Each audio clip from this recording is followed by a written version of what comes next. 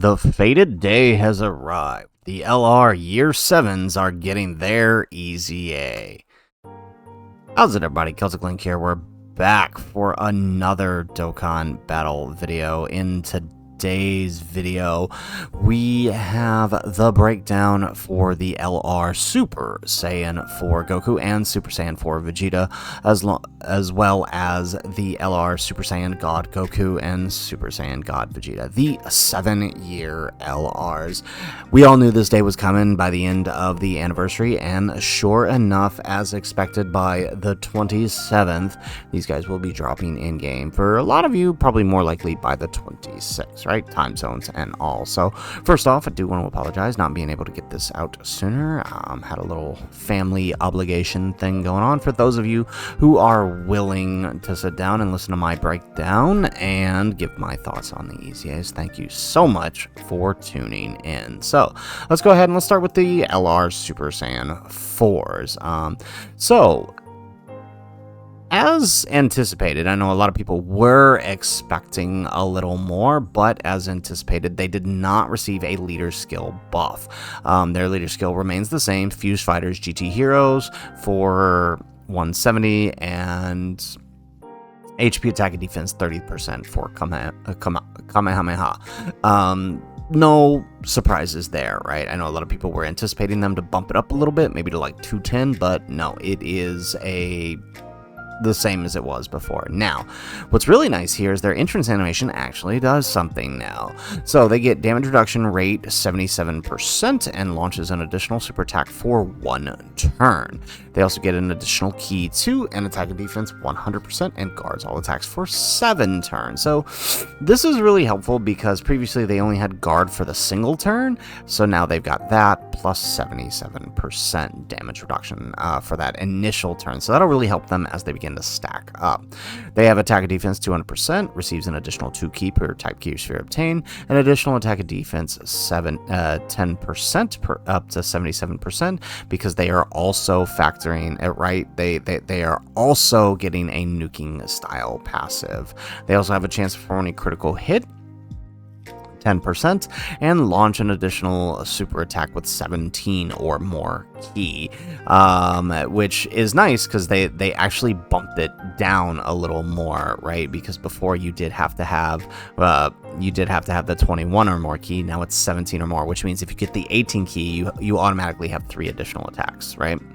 When attacking with 20 or more key, you get effective against all types and another additional super attack. So that means on their first turn, they are doing their initial super. Let's assume you get the 24 key, right? Assuming you get the 24 key, you will get you will do your initial attack. You'll do 1 additional attack. Then you will do another additional attack because you procced the 17 or more, and then you will do another additional attack because you procced the 20 or more. So it's 4 additional super attacks, meaning a possibility of 5 additional super attacks if they proc the hidden potential, which obviously you do want to make sure you have on these guys.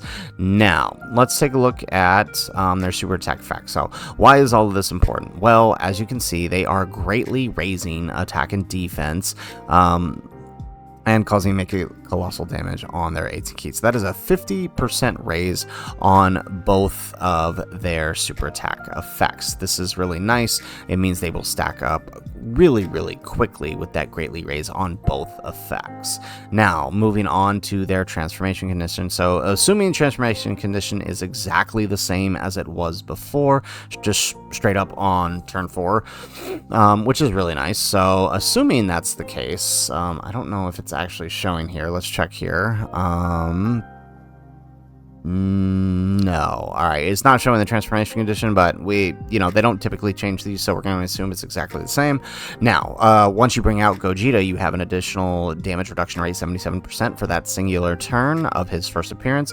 Attack defense 300%. He gets an additional 2 ki per ki sphere obtained, effective against all types, guards all attacks, high chance of performing a critical hit, launches an additional super attack, and foresees enemy super attack. So he now has a scouter effect.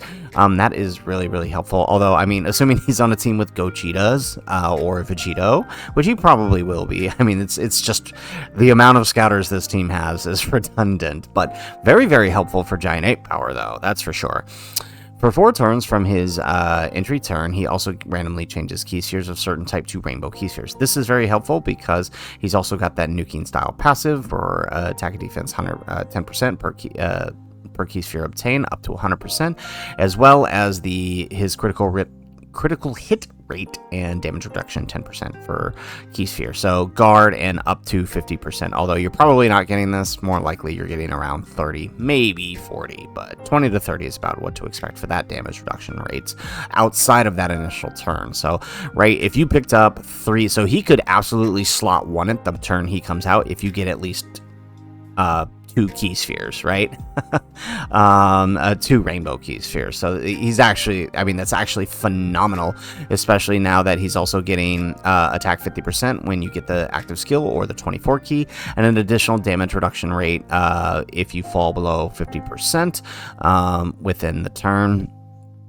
As well, if he receives a super attack, he will always have a great chance of nullifying and countering with tremendous power, and has a guarantee nullification and counter if that enemy is below 50% or less, right? So I'm telling you right now, this is going to be really helpful for an event that's coming, right? In the in-game news here, we have this right here is getting a new burst mode, the GT bosses one. So knowing that this guy's super is scripted, I'm guaranteeing like he's kind of probably designed to do that. But I mean, that's still pretty good knowing you have a guaranteed counter on that turn. So that's pretty nice. So all in all, I like the Super Saiyan 4s. They look really good. I mean, as with all stackers, I'm a bit wary to see how they'll handle slot 1, turn 1. If we look over at their calcs here, just kind of looking at their start of turn defense, they're going to be here at about 358k with their intro up. I'm not sure why Howard calculated this. They'll never not have their intro because it's, there's no conditions to it. So we're looking here 358k with guard and 77% and 70% damage reduction. Will pretty much, I mean, it'll survive any normals. You'll be able to stick them in front of normals, but some of these like supers, like Battle Hardened Formidable Foes, where they're coming out the gate with like a 3.5 million super or a 3 million super, they're still going to be taking like 200 to 300k there, but that's not terrible. I just hope that people realize that, but we'll see. So Super Saiyan 4s look absolutely broken. Gogeta is an absolutely gigantic monster here. So let's take a look at the gods. So the gods have same leader skill as before, Power Beyond Super Saiyan or Movie Heroes, 170, and then 30% for Kamehameha. Same, their passive is exactly the same as the Super Saiyan 4s, which I like. So both of them in base are exactly the same, right? 77 reduction for the first turn, additional super attack, guard, and attack and defense for 7 turns, 100%. 200% attack and defense, basic, and an additional 2 ki per key sphere obtained. They have that 77% up to for every key sphere obtained. So again, max them out at 7 key spheres basically, or 8 key spheres rather. And then for every rainbow key sphere, they get a chance of performing a critical hit, which, what was their effect? It was slightly different for them, wasn't it? For every rainbow. Oh no, it's exactly the same. Yeah, okay, so they are the exact same character. So guard, defense, damage reduction, and then just stack, right? They stack the exact same way as the gods, as the Super Saiyan 4s, greatly stacking attack and defense for the turn. So I mean, can't complain, right? They basically took all, I mean, their base kits were exactly the same, so it's no surprises that their EZAs, they kept them the same. They just gave them what they needed to actually, they just gave them what they needed to actually you know, build up quicker to handle these brutal bosses that we've been dealing with. So now we've got a little bit more once they're transformed, right? Same transformation condition. Now they are 77% damage reduction for the first turn, attack defense 300%, receive an additional 2 ki per ki sphere obtained, effective against all types, guards all attacks, high chance of performing a critical hit, medium chance of evading an attack, and changes int ki spheres to rainbow. So doing something slightly different, right? The gods were always a dodge unit, so now they have a basic medium, well, they always had that. They had a chance to dodge on rainbow. Now they have a basic medium chance built into what they already had, along with a high chance of performing critical hits. And now they have their own rainbow key sphere changing, which is going to be very helpful for them.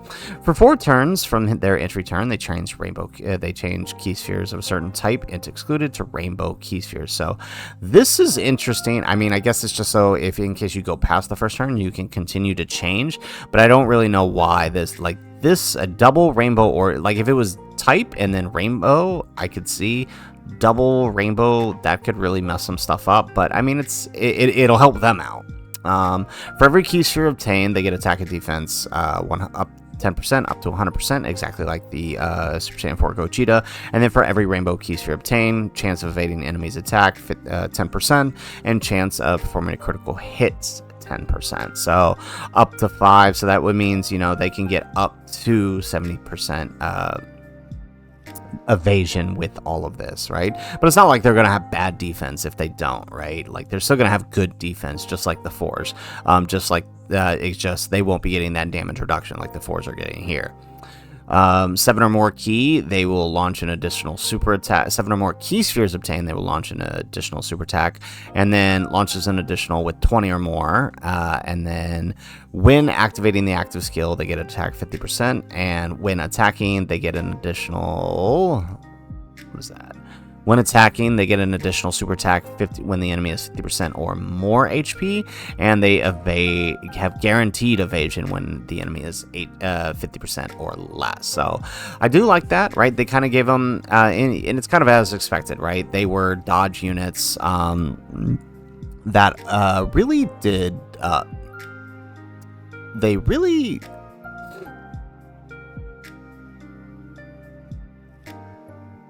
They really just kind of took what they were already doing and dialed it all up to 11, which is really, really nice here. Now, what I'm curious is what I don't... Okay, here it is on the 18 key super attack effect, right? So there it is. Now, what makes these guys... not only are these guys phenomenal, right? And this goes for the Gogeta too, right? If we come over to the Gogeta and we look at his super attack effects, right? Both of them have this ability here where after they do their 18 key, they disable the enemy's action once within the turn, right? That is such a massive...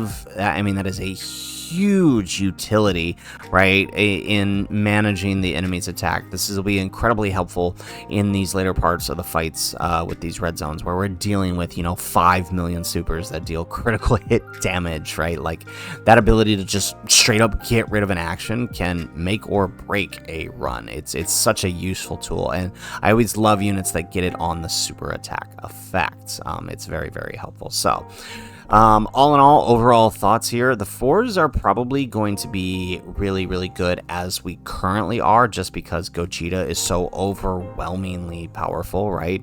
He's going to be an offensive monster, as well as having that ability to counter. They're both pretty much the same in their base form, so I'm not going to talk too much about that, but Gogeta having counters, having critical hit, having all this extra attack and defense with the key spheres that he's picking up, he's going to be insane. The gods are going to be equally as powerful, but not as defensive. That's going to be where the thing where they kind of fall short, because they are getting evasion instead of damage reduction, which is not bad. They will have pretty decent defense, but it does mean, right, you are going to be needing to proc that evasion on them when dealing with enemies who have critical hit, for example. But otherwise, they're going to be phenomenal and have some great utility, especially with Gogeta having that scouter Other than that, we have new events coming. We have the next stages of the Supreme Magnificent Battle. I don't anticipate too much from this. This was the last stage we got against the GT Goku, and it honestly wasn't that strong. This was the final super here you were dealing with.